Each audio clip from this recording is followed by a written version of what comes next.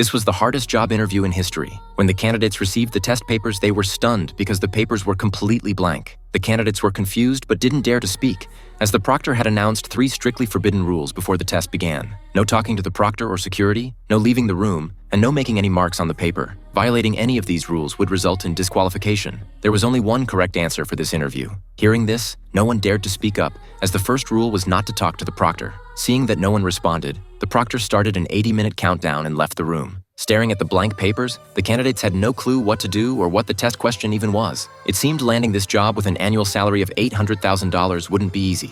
As time ticked away, one woman couldn't take it anymore. She thought the company wanted them to write a professional report, so she started writing on the paper without hesitation. However, before she could even finish the first sentence, the proctor walked straight over to her and kicked her out. She had violated the 3rd rule by making a mark on the paper. The others quickly put down their pens. At this point, a man named Jack realized the key. Since the proctor only mentioned 3 prohibitions, anything else was allowed, like standing up, walking around, talking, or even destroying the room. Of course, they could also kill each other. Jack suggested they work together to figure out what the question was. First, Annie speculated that the paper might be coated with invisible ink that required a certain medium to reveal the text, so everyone started experimenting. They tried normal light, but it didn't work. They smashed the regular lights, and blue emergency lights came on, but still nothing. They broke the emergency lights, and a special red light turned on, but to no avail. Then Jack proposed a second guess. Maybe they needed to shade with a pencil. He frantically shaded the paper of the eliminated woman, but it was useless. What about water? Jack tore the paper into 4 pieces, gave one to Matt to lick, and went off to do his own experiments with urine.